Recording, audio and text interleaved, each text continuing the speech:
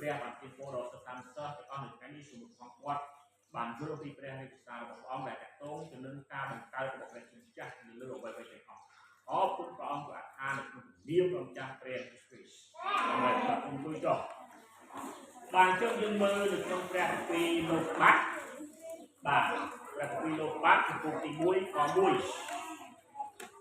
In the book of Genesis chapter 1 verse 1បាទយើងតែងរៀនពីគោលណារួមមានមនុស្សជាច្រើនពីខុសថាមនុស្សយើងកើតមកពីតាក់នេះតាក់នោះមកត្រីនេះត្រីនោះបាទយើងគួរមនុស្សគឺគួរអ្នកដែលមានប្រាជ្ញាយើងអាចថាមនុស្សកើតមកពីស្វាមិនឥឡូវលោកគ្រូคนណាដែលជឿថាមនុស្សកើតមកពីស្វាគេថាពូស្វាមួយយ៉ាងនេះបាទគេនិយាយនៅវិទ្យាសាស្ត្រ evolution ឬស្ដីនៃការវិវត្ត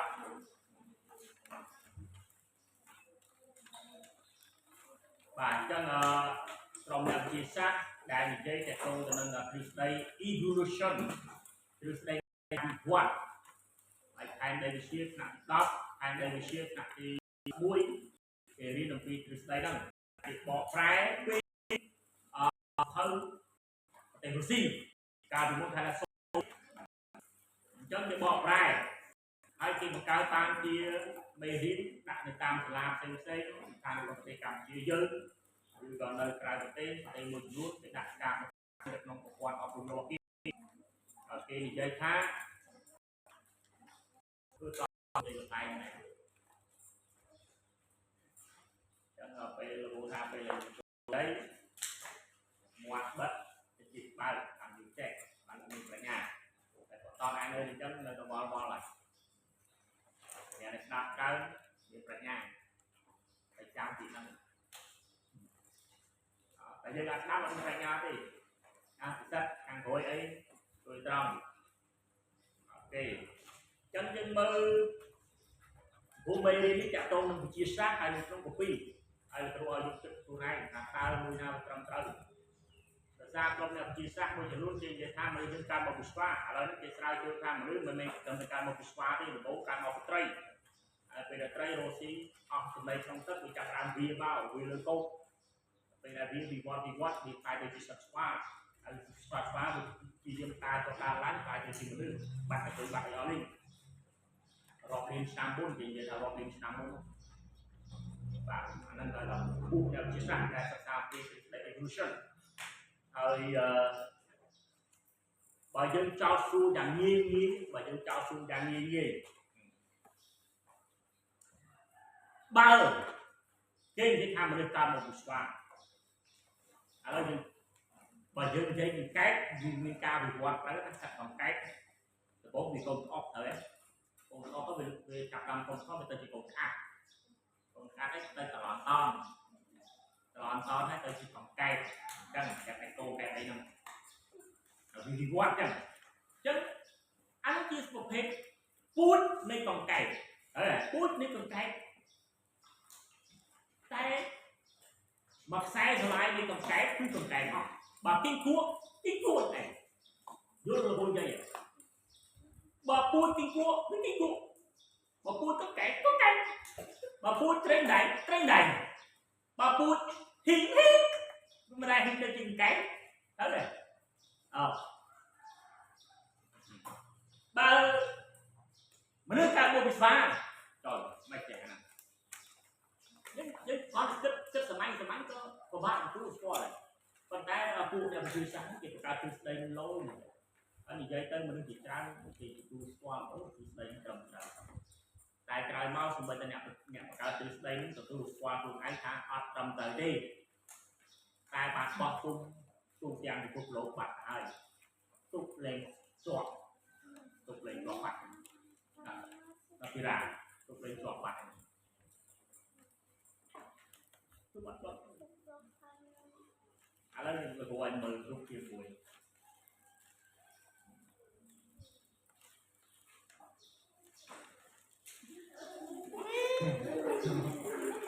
ឥឡូវណាគេnakជឿថាយើងកើតមកស្វាមួយហូបហើយឥឡូ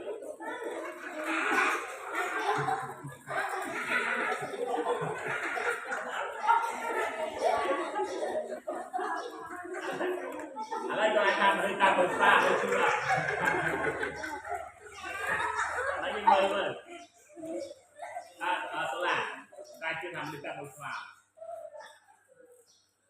មើលពីកាមេរ៉ាអូសង្ហាមកទេមនុស្សមិនដឹងការពុយស្វាទេស្វាមិនពុយស្វាទីកងអាទីកងអាពុយស្វាអាទីអាស្វាទេតាមទៅគុំតម៉ៅយកទៀតកដោច្រឡំអាសាប់តូចយកអូអញ្ចឹងពូជហ្នឹងវិញទៅពូជហ្នឹងយល់ទេវាមិនអាចស្វាវិវត្តទៅជាកពើណានេះហើយជាការដែលអ្នកវិទ្យាសាស្ត្របង្កើតទ្រឹស្ដីដោយមិនបានឆ្លងកាត់ពីអត់ដែលដឹងពីទេហើយគេចាប់ដើមរោអីរោតែមិនឃើញយ៉ាងនេះដោយសារស្វាវាមានដៃមានជើង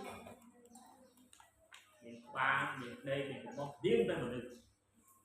យកអត់ការងារធ្វើទៅសិក្សាពីស្វាវិវត្តបង្កើតទ្រឹស្ដីមួយគឺស្ដី evolution ទ្រឹស្ដីការវិវត្តឬប្រភពមនុស្សគឺមកពីស្វា No human from God created us not from monkey it's not from monkey យល់ទេព្រោះនៅក្នុងកាពី Genesis chapter 1 verse 26លោកបាត់ពុកមួយខ26មែន Let us make man ព្រះបានទូថាទ្រង់រួមគ្នាបង្កើតមនុស្សយើងចូលចេញពីដីហើយទ្រង់សូមជាលក្ខណៈរូបទ្រង់អាតមកទៀតទ្រង់ចូលក្នុងខ្យល់ជីវិតឬហៅថាព្រលឹងចូលក្នុងខ្លួនក្នុងដីហើយក៏ប្រែបានជាសាច់ជារបស់យើងសោះមិនអាចមកពីស្វាណាជួយដល់មនុស្សកម្មពីស្វាកុំហៅគាត់មនុស្សអាស្វាតែយើងជឿថាមនុស្សកម្មពីស្វាទៅគិតប្រដៅទៀតទៅជានិតិone more time it's not you man not from monkey ចឹងយើងធ្វើការគិតធ្វើការសិក្សាឲ្យសូមបានច្រើនហើយដល់រឿងមិនមកពីស្វាទេចាំតែលោកខុសតោហ្នឹងខុសតាមវិជ្ជានៅក្នុងលោកបាត់ចំពោះ1ខ26ព្រះបានរួមគ្នាបង្កើតមនុស្សជាតិចង់ឲ្យតែការរៀនព្រះពីច្រើនបានយល់បើអញ្ចឹងទីមនុស្សមកពីស្វាឡើយទីរៀនទីទី1ទី7ទី8ទី9ទី10រៀនដល់ហើយតែកូនឯងឆ្លើយថាគ្រូយើងសរសេរវិទ្យាសាស្ត្រថាមនុស្សកើតមកពីណាយើងសរសេរព្រះជាបង្កើតមនុស្សគាត់ឲ្យធ្លាក់ដល់ព្រះយើងមានប្រាជ្ញាយើងសម្របជាមួយគាត់សិនទៅដើម្បីជាប់បាទបើប្រឡំគាត់តែត្រូវចាំថាមនុស្សមិនមែនមកពីស្វាគឺព្រះជាបង្កើតមនុស្សការមានរៀនលេខឲ្យចាំតែមានកូនសិស្សថ្នាក់ទី1ចូលរៀនក្នុងគ្រូដែរគាត់ចូលគ្រូថាស្ទើរនៅពេលដែលគេថាគ្រូបាទគ្រូតាមសាលាពេលនេះគេមានសមាធិហើយមានសមាធិគេមានសូត្រស្គាល់អីហ្នឹងតាមសាលាគាត់ហើយគាត់សួរថាតើគាត់នឹងគួរទៅធ្វើតាមអត់ហើយគាត់ឲ្យឆ្លើយមកសម្រាប់ប៉ាស្ទ័រគឺគាត់ថាយើងមិនអាចធ្វើតាមទីទេយើងមិនអាចធ្វើតាមទីតែបើប្រឡងអាមនុស្សកម្មវិស្វយើងស្អីដល់អត់បញ្ហាតែសម្រាប់ការយើងបើយើងជាកូនព្រះហើយយើងធ្វើតាមគេយើងទៅសមាធិទៅបួងសួងទៅសូត្រគាត់ចាំព្រះក៏ដកឈ្មោះយើងចេញពីជីវិតរបស់យើងដែរកូនព្រះមិនអាចធ្វើទាំងពីរតែបើយើងមិនកូនព្រះអូខេអាចធ្វើបានតែបើយើងកូនព្រះយើងសម្របធ្វើតាមនឹងយើងកំពុងតែមានព្រះទី2ទី3ទី4ព្រះឲ្យយើងមានតែត្រង់មួយទេអាចមាន2មិនអាចមាន3ចឹងត្រូវប្រយ័ត្នប្រយែងចឹងហើយអ្វីដែលលោកឆ្លើយទៅកាន់កូនសិស្សថ្នាក់ទី12ហើយទី10តាមមិនអាចធ្វើតាមទៅ យើងអាចប្រាប់គ្រូយើងថាលោកគ្រូអ្នកគ្រូខ្ញុំជា Christian ខ្ញុំជឿព្រះយេស៊ូវគ្រីស្ទសូមទោសខ្ញុំអត់ខ្ញុំសូមអត់ធ្វើតាមទេយើងនិយាយទៅនិយាយដល់សភាពលោកគ្រូអ្នកគ្រូយើងនឹងអូខេនឹងយល់ព្រមតែបើគាត់បដិសេធគាត់ថាឯងទៅធ្វើតាមគាត់កំពុងតែបំបត្តិសិទ្ធិសេរីភាពរបស់ខ្លួនគាត់ជាតែមានបញ្ហាមិនទេពីព្រោះសេរីភាពអ្នកដែលជឿលើសាសនាណាសាសនាទៅសេរីភាពរបស់គេមិនអាចមិនជាបង្ខំគេទេគាត់ណាមិនអាចទេ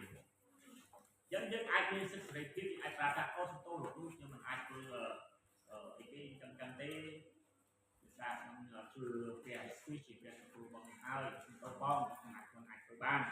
ពីណាទៅធ្វើអីធ្វើទៅតែយើងច្បាស់ខ្លួនឯងយើងជឿចិត្តលើខ្លួនឯងយើងអត់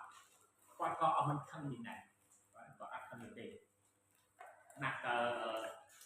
គេឲ្យយើងធ្វើអីយើងធ្វើនឹងដែរការសម្របខ្លួនបាទសម្របខ្លួនមែនតើអូបកាយសម្របខ្លួនបកាយយើងត្រូវចាំគ្រារោងទុក7ឆ្នាំ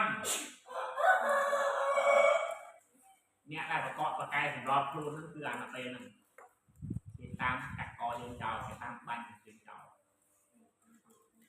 ពេលគឺឆក់យកអស់លឿនទៅតគ្រា7ឆ្នាំអ្នកដែលជឿព្រះលិមឡំគឺសល់ចឹងហើយគ្រូខ្ញុំថាបើមិនទាន់ដល់គ្រា7ឆ្នាំធ្វើម៉េចរៀបចំខ្លួនយើងឲ្យច្បាស់ដាក់ខ្ញុំគឺជាកូនរបស់ព្រមដែរយើងមិនអាចយកព្រះមកលេងសើចគឺថាព្រះអត់ដឹងថាយើងធ្វើអីទាំងអស់ព្រមដឹងតែទាំងអស់ជ្រាបទាំងអស់យើងមិនអាចយកព្រះមកលេងសើចទីព្រះខ្ញុំធ្វើអានេះខ្ញុំសម្របតាមគេអីទេណូត្រង់ដឹងតែអស់អញ្ចឹងឲ្យបានមុនគ្រា7ឆ្នាំមកដល់ព្រះនឹងចម្រាញ់យើងព្រះរែងនរណាគេអង្គនរណាគេអង្គកាមច្បាស់ទេគឺចឹងហើយមុនពេលគ្រា7ឆ្នាំមកដល់ប្រពន្ធខ្ញុំថាយើងឆក់យកទៅខាងគួរមុនកុំចង់នៅក្នុងការជឿចាប់កុំនៅវេទនាព្រោះតែយើងនៅគ្រារោងទុកអត់មានព្រះវិញ្ញាណការពីមនុស្សទេបាទឯđâyនេះនឹងគ្រប់គ្រងដោយអំណាចនៃវិញ្ញាណអក្រក់គឺថា Lucifer តាមតននេះតាមខាងឯងមេរបស់គេគ្រារោងទុកគឺអត់មានព្រះវិញ្ញាណនៅលើខែដីទេព្រះដកទុំទៅពេលដែលអត់មានព្រះវិញ្ញាណការពីខែដីនេះគឺគ្រប់គ្រងដោយវិញ្ញាណអក្រក់អ្នកណាដែលជឿលើព្រះយេស៊ូវគ្រីស្ទលេងឡំគេតាមសម្រាប់យើងដូចតាមសម្រាប់ឆ្កែឈូកតែបើយើងអត់ជឿលើព្រះគ្រីស្ទយើងនៅក្រុមគេសុបាយទៅដល់ហាងណាបានចូលលុយចាយញ៉ាំឆ្ងាញ់មកបើសុបាយតែបន្ទាប់ពីនឹងហើយដល់ពេលនឹងចប់លេងមានឱកាសប្រវត្តិចូលក្នុងបង្លើពេលដែលកាត់ជំនុំជម្រះចឹងសំណួរគឺថាតើយើងនៅតែចង់ធ្វើជាមនុស្សសម្របតែនេះសម្របមនុស្សតាមគេតាមអីយើងកូនព្រះក៏កូនព្រះកុំយកព្រះមកលេងសើចកុំបោកប្រាស់ព្រះមិនអាចបោកប្រាស់បានគេបោកយ៉ាងម៉េចបោកព្រះថ្ងៃខ្ញុំថ្ងៃអាទិត្យខ្ញុំមកពហិខ្ញុំទៅស្វែងគុំយេស៊ូដល់ពេលថ្ងៃនេះខ្ញុំទៅស្វែងគុំអីគេស្វែងគុំស្វាខ្ញុំស្វែងគុំដំរីខ្ញុំស្វែងគុំឈើខ្សែនេះខ្សែនោះចូលឆ្នាំចិនthôiនេះអានឹងគឺកំពុងចូលព្រះមកលេងសើចហើយព្រះពុទ្ធបាទគឺកំពុងយកត្រង់មកលេងសើចគឺនៅចាំបានត្រង់គឺជាព្រះ only one God only one God ចឹងអ្នកដែលយកព្រះមកលេងសើចគឺអ្វីដែលមិនបានទេគឺធ្វើនេះធ្វើនោះតាមនេះតាមអត់ដើម្បីរួចព្រោះប៉ុន្តែដល់ពេលដែលគ្រារែងគ្រាឆក់យកមកដល់អ្នកនឹងឲ្យគុំត្រូវតែកល់តែថាតែកល់ហើយប៉ុន្តែមុនគ្រា យើងធ្វើសិក្សាមួយទៀតដែលតកតងទៅនឹងបញ្ហាក្នុងសង្គមបច្ចុប្បន្នគឺចាប់ដើមពុះទៅពុះទៅឥឡូវនេះអាមេរិករុស្ស៊ីចិនអង់គ្លេសកំពុងតែទៅដើមគ្នាយក Greenland ដែនដីនៃមហាសមុទ្រអាតិកគឺដើមគ្នាចង់បានហើយរៀបចំអាវុធនុយក្លេអ៊ែរច្រើនបើសិនជាមានសង្គ្រាមលោកលើកទី3ពុះឡើងនុយក្លេអ៊ែរនឹងថប់ពីវិញហើយជីវិតរបស់មនុស្សនៅលើផែនដីនេះស្ទើរតែអស់ស្លាប់ក្នុងកពីបានទេមនុស្សស្ទើរតែមកផែនដីទៅស្លាប់ដោយសារភ្លើងតែភ្លើងនឹងមិនមកពីព្រះទេគឺនុយក្លេអ៊ែរតែមុនអស់នឹងវិទុព្រះនឹងយកយើងទៅមុនអញ្ចឹងយើងមិនអាចរងទុកវេទនាទេមុនអស់នឹងវិទុព្រះនឹងយកយើងទៅមុនអញ្ចឹងយើងសង្ឃឹមថាអ្វីច្បាស់ខ្លួនឯងអូនដល់ទីតូចៗអ្នកខ្លះដឹងខ្សោយទេអូនបីបាក់ចេះគិតតែអ្នកចេះគិត8 9ឆ្នាំចាប់បានចេះគិតហើយចេះជ្រើសរើសអ្វីដែលត្រឹមត្រូវមើលកុំឲ្យមានពាក្យស្ដាយក្រោយសោះតែស្ដាយក្រោយអត់មានការងារធ្វើជិលរៀនហ្នឹងគាត់ថាអនាគតជិលរៀនសពថ្ងៃស្ដាយក្រោយអនាគតធំឡើងអត់មានការងារធ្វើលោតទៅពីបកគេធ្វើការដំណំលោកចាក់ឬក៏ស៊ីឈ្នួលទេហ្នឹងស្ដាយតែប៉ុណ្្នឹងតែអាស្ដាយគឺទៀតដែលមិនអាចឲ្យយើងត្រឡប់ក្រោយបានគឺការដែលយើងស្ដាយដោយមិនបានជ្រើសរើសព្រះគឺជីវិតព្រះសង្ឃព្រះអានេះគឺស្ដាយរហូតអស់តទៀត